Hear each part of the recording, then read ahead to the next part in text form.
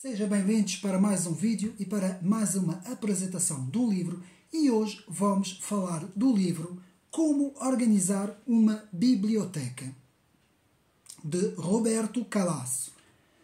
Como Organizar uma Biblioteca, de Roberto Calasso, e mais uma vez das edições 70, um pequeno, muito pequenino livro, apenas com cerca de 130 páginas, mas, meus amigos, é para mim um livro especial.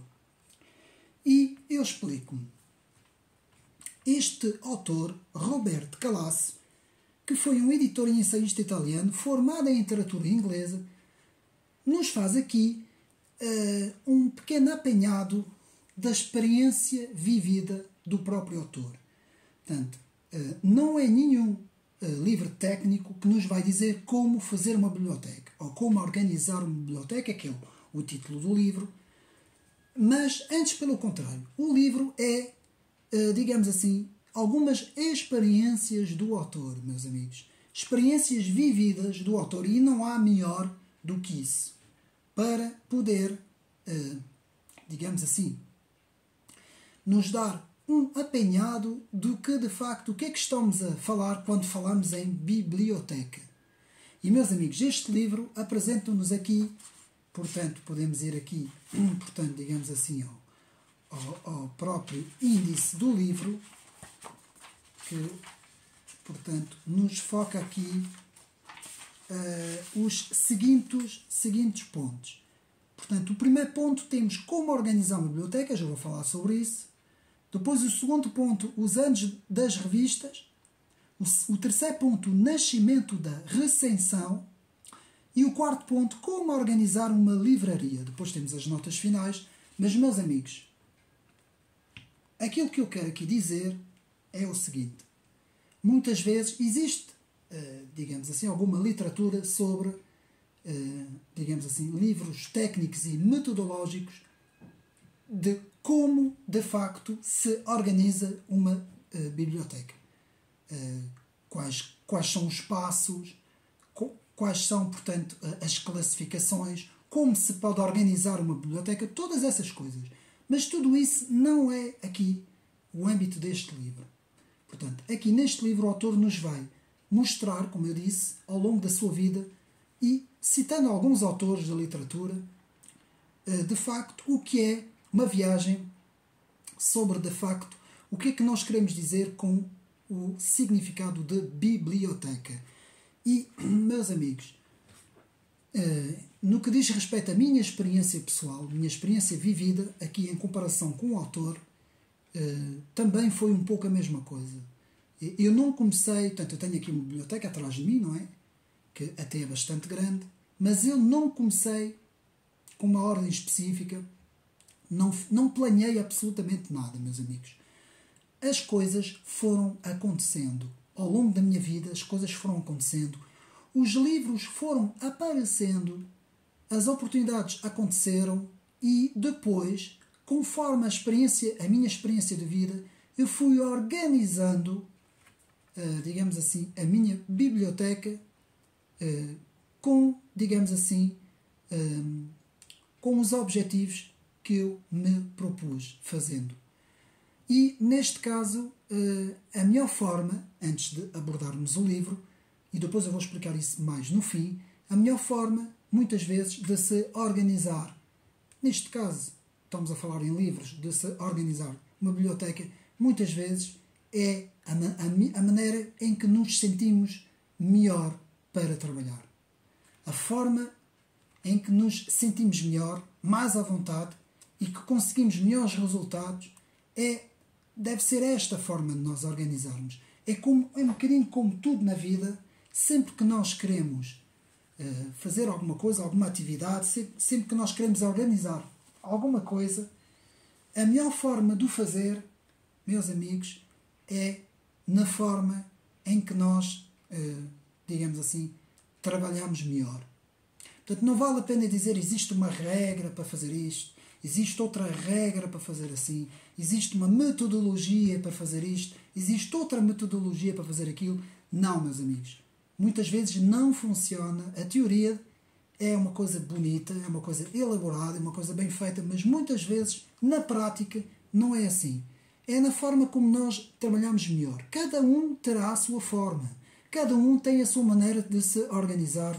Cada um tem a sua forma de trabalhar melhor e mais rapidamente naquilo que ele quer fazer, conforme o seu objetivo. E é um pouco isso, apenas como nota de introdução. Então, aqui, na obra de Como Organizar uma Biblioteca, de Roberto Calasso, na página 9, podemos ler aqui, eu vou apenas ler uma ou duas passagens, não será preciso mais, e vou apenas aqui ler, portanto, na página 9, o que o autor nos diz. Logo na página do começo, Como Organizar uma Biblioteca, no ponto 1, o autor nos diz assim: a melhor ordem para os livros só pode ser plural, pelo menos tanto quanto a pessoa que usa estes livros.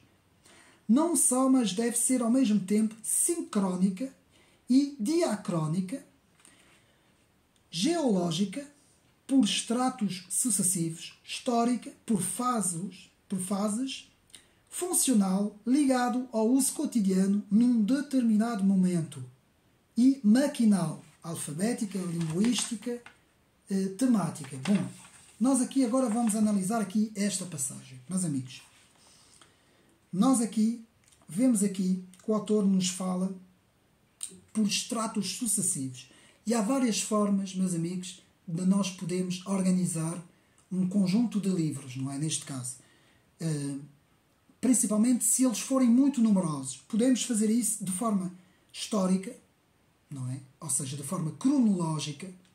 Há quem o faça dessa forma, dependendo também da área, digamos assim, do estudo, não é? Por exemplo, se nós estamos a falar, se nós estamos a falar em livros de história, nós não estamos a falar, não é a mesma coisa que se estarmos a falar, por exemplo, em romances, não é? Não é a mesma coisa, mas principalmente se forem livros técnicos, não é? Que possam ter uma visão, digamos assim, em termos históricos, então aqui podemos, de facto, organizar os livros de forma cronológica. Mas se nós estamos a falar em termos, como eu disse, portanto, para a minha experiência, funcionou muito mais aquilo que tem mais prática, que aqui o autor chama de funcional, não é? Ou seja, é aquilo que funciona, não é? Da palavra funcional, que vem daquilo que vem de funcionar, não é? Da palavra funcionar. Aquilo que funciona, e muitas vezes, no meu caso, eu organizei a minha biblioteca de uma forma funcional, para funcionar mais rapidamente quando eu tenho, por exemplo, alguma tarefa para fazer, alguma coisa para fazer. Neste caso, é mais funcional, é mais prático, não é? É a forma como eu organizo as coisas. Mas há outras formas. Aqui o autor nos fala também de uma forma mais maquinal. O que é que o autor aqui nos quer dizer com maquinal? Por exemplo, a ordem alfabética. Há quem organiza a sua biblioteca por ordem alfabética, de A a Z, não é? E por ordem de autores. Por exemplo, alguém que tenha uma coleção de livros, por exemplo, de livros de literatura, não é? E que queira organizar essa biblioteca, que é muito vasta, não é? Se um indivíduo tiver muitos livros, ele vai organizar isso de uma forma alfabética, por ordem alfabética. Ela pode ser organizada também por forma linguística, portanto, quem estuda as línguas antigas, como por exemplo o hebraico, o grego, o latim, pode o fazer de forma linguística, não é? Línguas antigas. E também quem quer organizar a sua biblioteca na parte final, aqui na passagem, de forma temática, não é? Então, de uma forma temática, por temas, não é? Também funciona, por exemplo, no meu caso, eu tenho um pouco, na minha biblioteca, eu tenho um pouco uma mistura de dois pontos, que é o ponto funcional, como eu disse, e o ponto temático. Ou seja, eu organizo a biblioteca por temas e de forma funcional. Portanto, só para ter uma ideia, eu tenho, portanto, digamos assim, eu vou mais ou menos designar isso por quadrados, não é?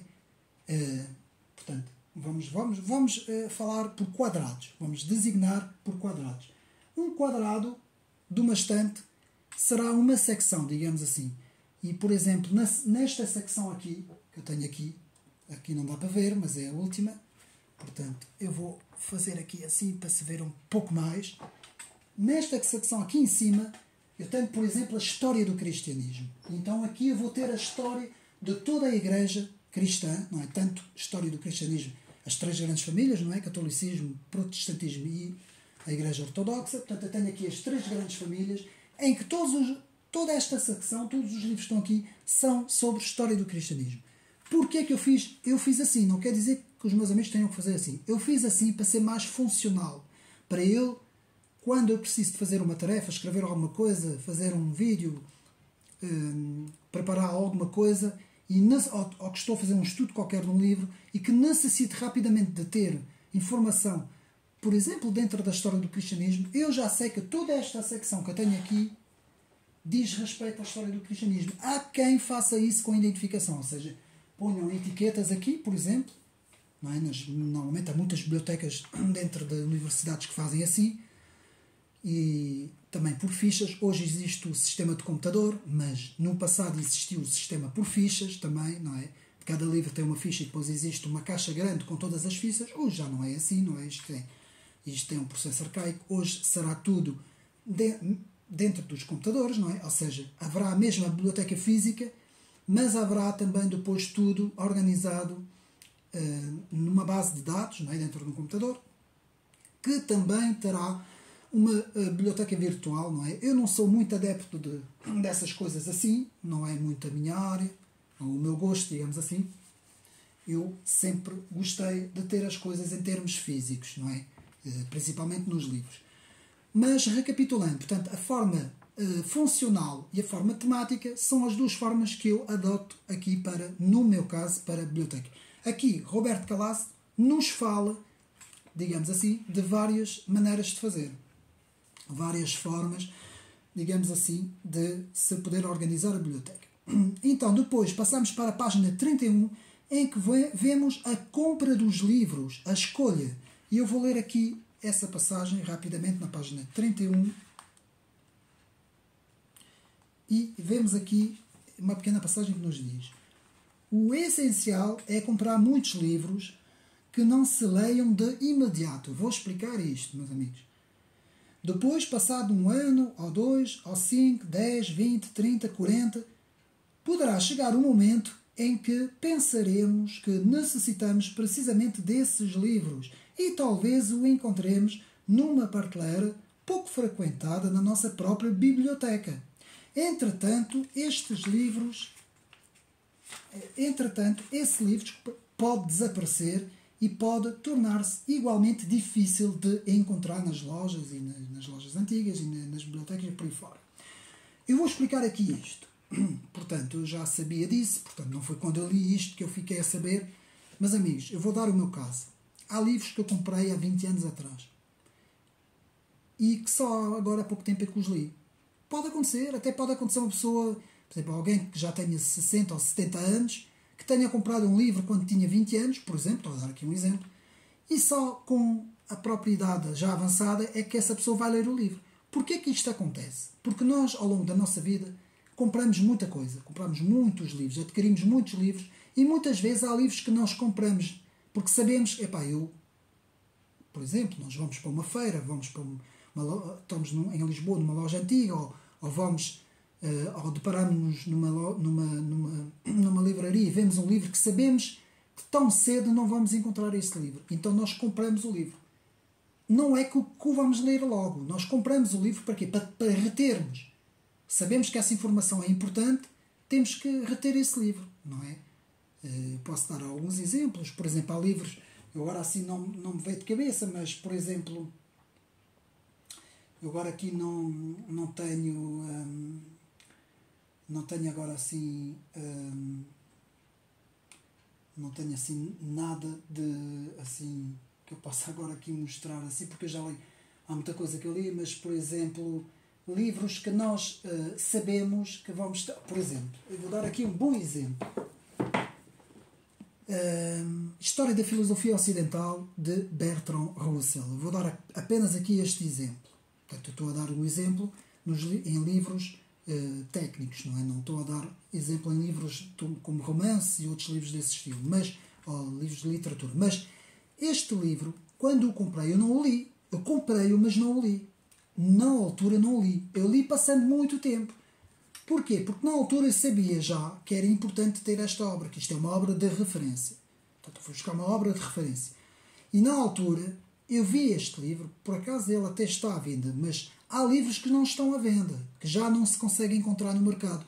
E quando isso acontece, nós temos que comprar a obra e ficarmos logo com a obra. Epá, esta obra, eu não vou conseguir encontrar isto, eu tenho que pôr já, comprar isto, se eu tiver a oportunidade, não é? Se eu tiver também posses para isso, eu compro o livro e ele fica já na minha biblioteca.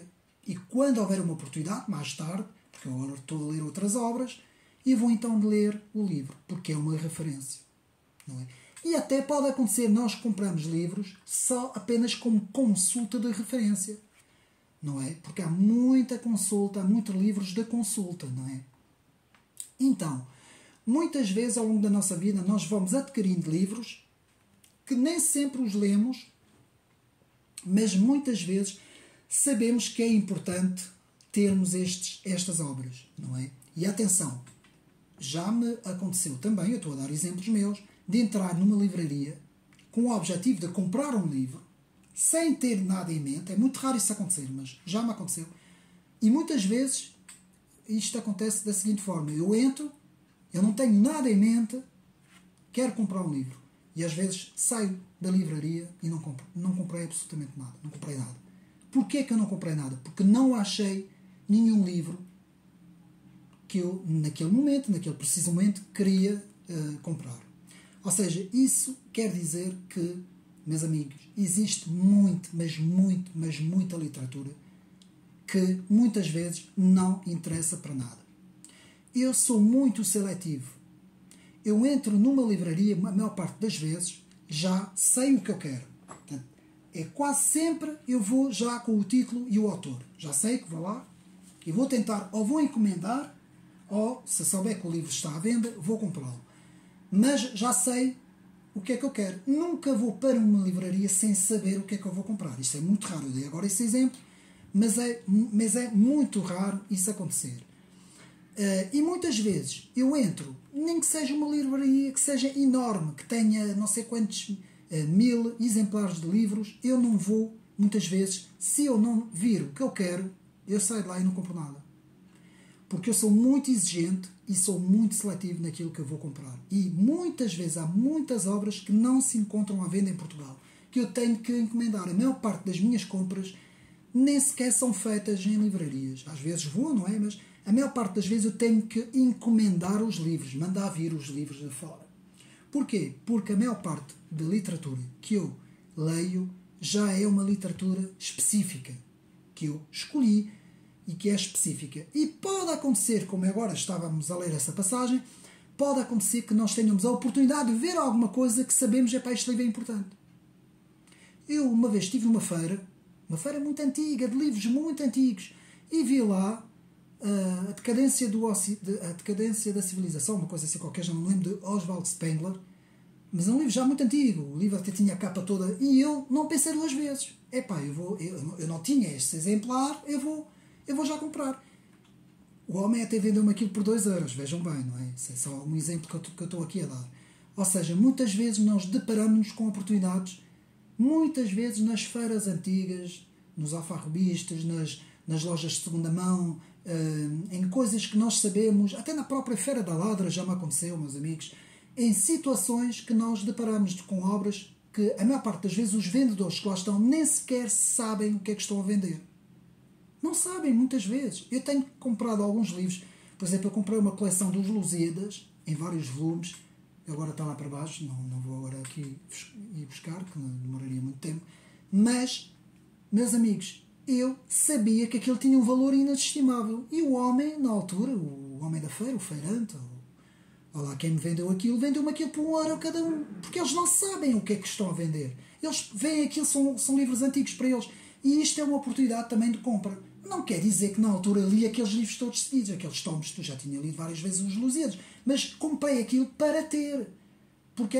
porque era importante ter aqueles livros. Porque eram livros raros, uma coleção rara. Então, é isso que o autor aqui, Roberto Calaço, nos diz. Muimuitas vezes, nós, ao longo da nossa vida, nós adquirimos livros que, se calhar, muitos anos depois é que vamos ler.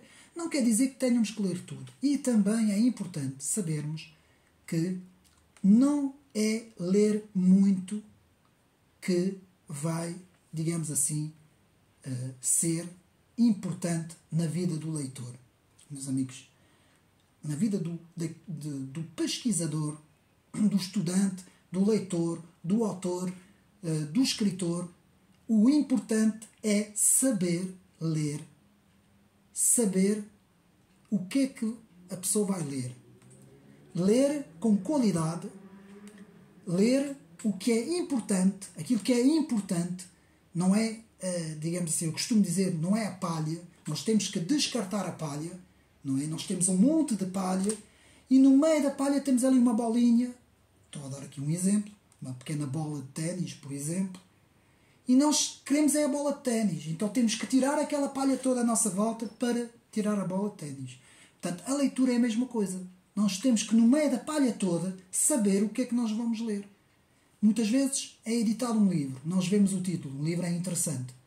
Nós vamos pesquisar o que o livro trata, do que é que o livro fala, quem é o autor, quantos livros o autor já escreveu, qual é o conteúdo do livro, e então depois é que nós, se vemos que vale a pena, que é do nosso interesse, da nossa pesquisa, do nosso objetivo, nós então compramos um livro, que foi exatamente o que eu fiz com este livro, Como Organizar uma Biblioteca, do Roberto Calaço. Eu primeiro analisei o livro, fui à loja, analisei o livro, sentei, vi mais ou menos a parte toda do livro e disse-me para mim próprio, sim, isto vale a pena comprar, porque é um livro interessante e é um livro que nos vai trazer conteúdo e que nos vai dar, portanto, digamos assim, nos vai dar, portanto, alguma substância de conhecimento para os nossos objetivos. Então é isso. Então, depois na página 62 vemos a biblioteca, um organismo vivo em perene movimento.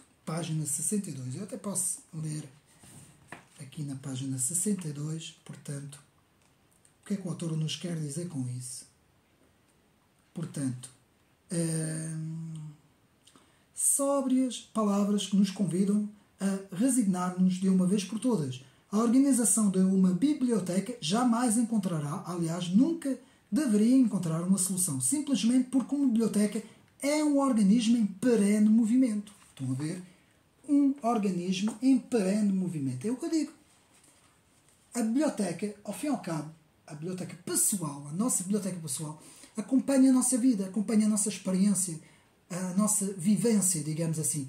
E ela vai evoluindo conforme também nós vamos evoluindo. E não há nenhum método fixo, não há nenhuma metodologia infalível. Não há, é uma coisa que vai, que ao longo da nossa experiência de vida, nós vamos adquirindo, com certeza que a minha biblioteca agora não é a mesma do que há 20 anos atrás. Estão a perceber? E daqui a 20 anos, se eu ainda estiver vivo, não será igual. Não é? Ela vai evoluindo. Portanto, aqui o autor nos fala também desta evolução. Depois podemos ver alguns autores que o autor aqui vai desenvolvendo ao longo dos capítulos. Nos fala de Madame de Sablé, nos fala de La Rochefoucauld, que tem uma citação muito interessante sobre o tributo do vício à virtude. Eu não me recordo muito bem, mas é um autor muito interessante, La Rochefoucauld. Depois o Sainte-Beuve, muito importante, este autor dentro da literatura francesa. Temos Carlyle, Sir James, o próprio Aragon e Paul Valéry, que são apenas alguns, o autor ainda foca mais, são apenas alguns dos autores e escritores que aqui, digamos assim, Roberto Calaço nos fala ao longo do livro. E por fim, para chegarmos ao fim, quando chegamos ao fim, o autor também nos fala da decadência da literatura. Aqui na página 119, vamos ler a decadência da literatura. E então vamos ler essa pequena passagem e depois vamos comentar essa pequena passagem. Agora os escritores, portanto, agora os escritores são considerados como um setor dos produtores de conteúdo. e muitos contentam-se com isso. Mas isto pressupõe a obsolescência da forma. E onde não há forma, não há literatura. Isto ajuda a compreender aquela sensação de angústia e de falta de fôlego que a literatura do novo milénio não consegue deixar de provocar. Para nos darmos conta disso, bastaria comprar os livros dos últimos 20 anos com... Portanto, vou repetir esta frase que é importante. Para nos darmos conta disso, bastaria comparar, não é comprar, enganei-me, portanto, comparar os livros dos últimos 20 anos, comparar os livros dos últimos 20 anos com os que apareceram nos primeiros 20 anos do século XX. Uma comparação que seria esmagadora em desfavor do presente. Meus amigos, o que é que o autor aqui quer dizer? Simples, meus amigos. Vamos fazer este pequeno exercício. Se nós pegarmos nos autores todos de literatura contemporânea, neste preciso momento, vamos falar em Portugal, e se vamos comparar estes autores com os autores de há 100 anos atrás, meus amigos, os autores, dando aqui este exemplo, os autores de há 100 anos atrás deixam a léguas de luz os nossos autores contemporâneos. E alguns poderiam dizer, mas como? Nós evoluímos. Quanto mais evoluímos, mais avançados ficamos, não é? Quanto mais avançamos, mais superior ficamos. Isso é um mito, meus amigos. A maior parte das vezes é justamente os autores antigos são muito superiores aos autores de hoje. Porquê? Porque é que muitas vezes se diz já não há qualidade, já não há, em termos de literatura, já não existe a literatura do passado. E já não existe, meus amigos. E podem fazer essa comparação nos países todos. Pegam, por exemplo, em França, a literatura francesa de hoje não chega nem aos dedos dos pés da literatura antiga francesa. Portanto, no passado, isto não é só na literatura, meus amigos. Eu podia aqui falar em muitos exemplos. Por exemplo, a própria música, não é?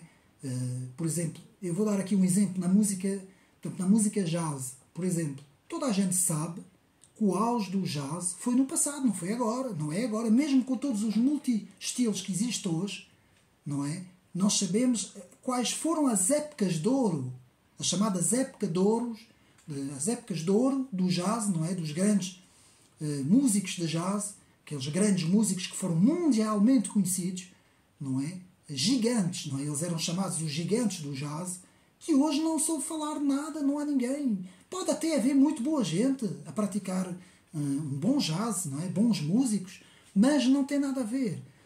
O que é que eu quero dizer com isso? Muitas vezes, meus amigos, tem a ver com...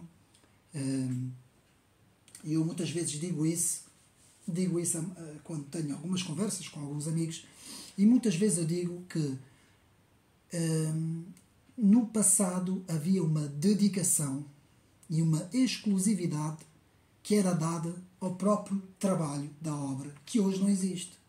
Hoje, por haver uma oferta gigantesca de tudo e mais alguma coisa, acaba por diluir completamente, digamos assim, a própria arte, não é? A própria arte da coisa, não é? Não sei se eu me estou a fazer explicar bem, não é? E no passado,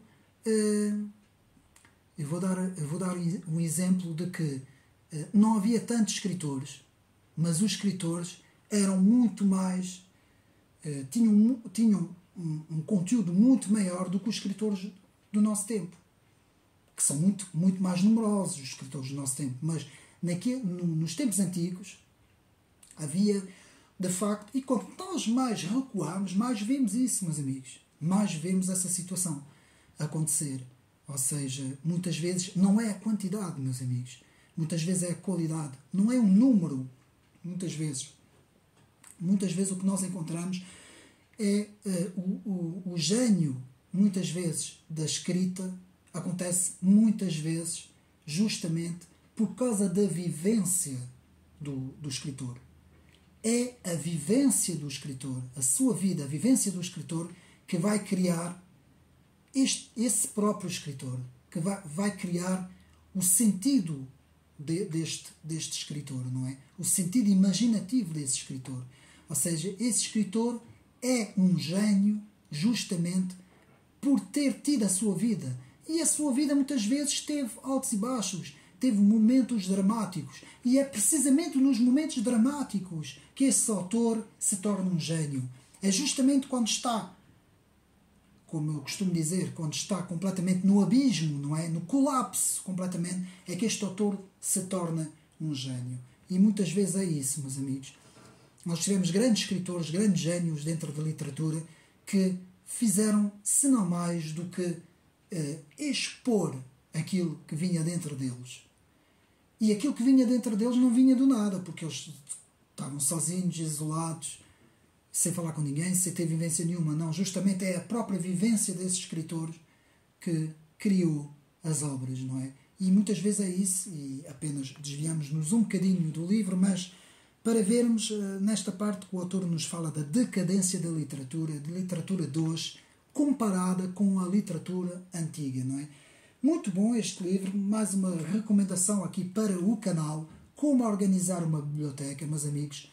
Mais uma vez eu digo, não há uma metodologia fixa, cada um pode organizar a sua biblioteca. Eu conheço pessoas que têm por ordem alfabética, conheço outras pessoas que têm por temas, têm por exemplo, têm por disciplinas científicas, não é? Há quem faça assim. Tenho outros amigos que têm, por exemplo, em termos de literatura, como fazem as grandes coleções, não é?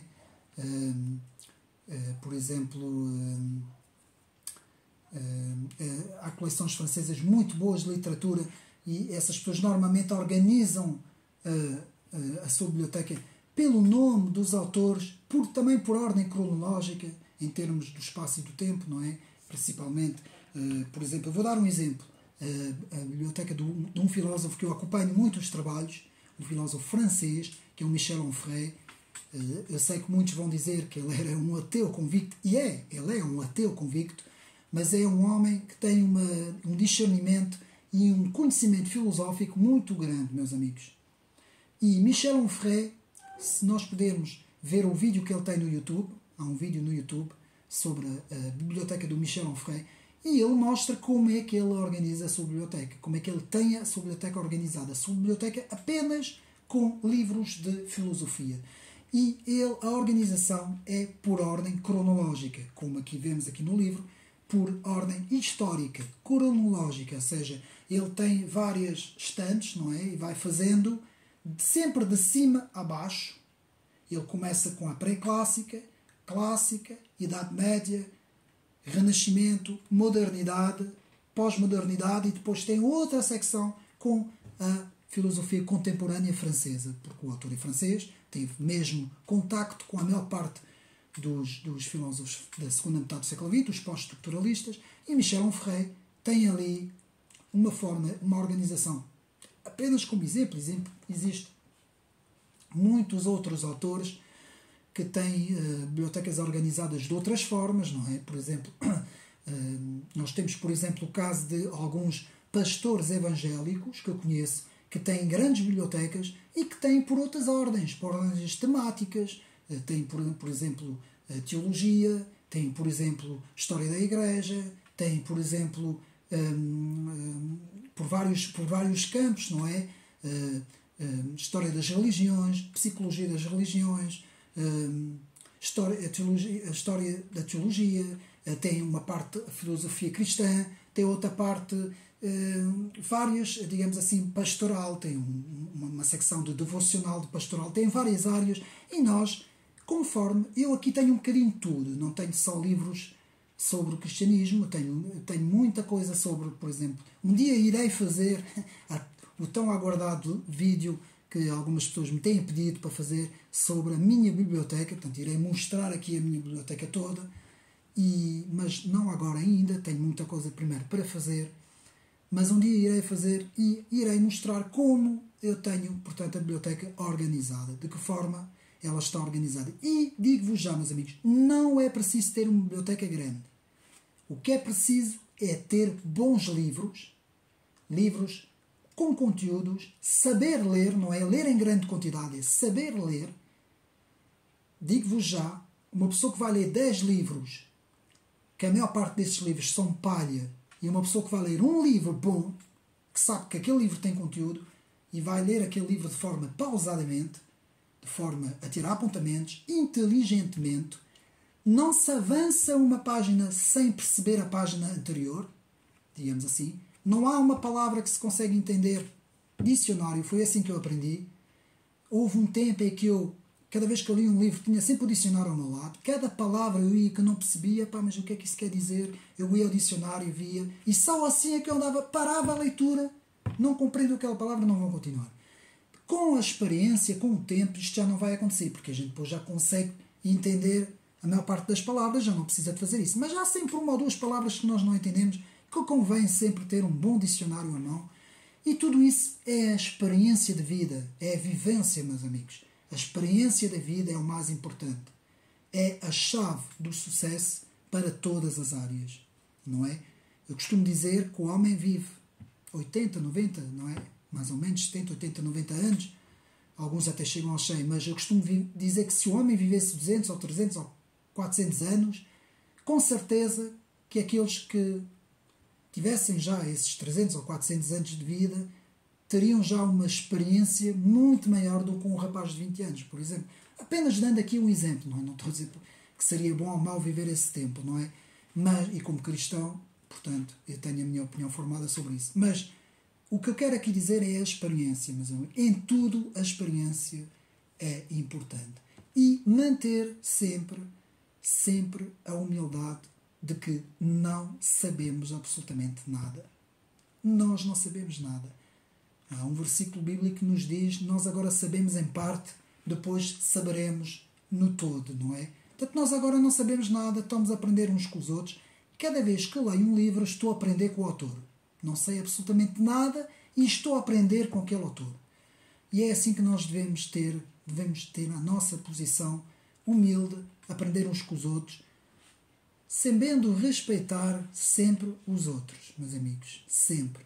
Eu tento fazer isso. Às vezes, nós deparamos-nos com situações um pouco menos agradáveis, não é? Digamos assim, mas temos que saber lidar com tudo, porque não agradamos a todos. Sabemos disso. Nem todos têm a mesma opinião, temos todas opiniões diferentes uns dos outros, pensamos todos de forma diferente, podemos ter pontos em comum, mas, meus amigos, cada um tem o seu pensamento, cada um tem a sua forma de pensar e mal de nós se um dia algum poder externo impuser um pensamento único, que é contra isso que eu luto aqui neste canal, contra a imposição de um pensamento único, não é? Porque não? A liberdade e o verdadeiro sentido da palavra democracia é justamente haver várias vozes. E essas várias vozes poderem todas elas falarem umas com as outras, várias opiniões, não é? Que possam concordar ou não, possam discutir ou não, que tenham as suas várias opiniões e, enquanto isso acontecer, nós vivemos num mundo livre e plural e é isso que nós devemos defender, essa liberdade de opinião. Meus amigos, espero que tenham gostado mais esta recomendação. Um bom livro, comprem este livro, vale a pena, ele não é muito caro, é baratinho, é um livro pequeno e vale a pena. Quando forem comprar algum livro, levem este livro também, porque vale a pena. Como organizar uma biblioteca, de Roberto Calasso, é mais uns pequenos conhecimentos, digamos assim, que nós podemos aqui reter, analisar e ler e tirar as nossas próprias conclusões, como eu fiz, meus amigos. Fica aqui então mais esta recomendação das edições 70, que tem editado muita coisa interessante, meus amigos. Este editor eu recomendo, tem editado muita coisa interessante e mais uma vez fica aqui para este canal mais uma recomendação. Espero ter sido mais uma vez útil para os meus amigos. Um abraço e até uma próxima.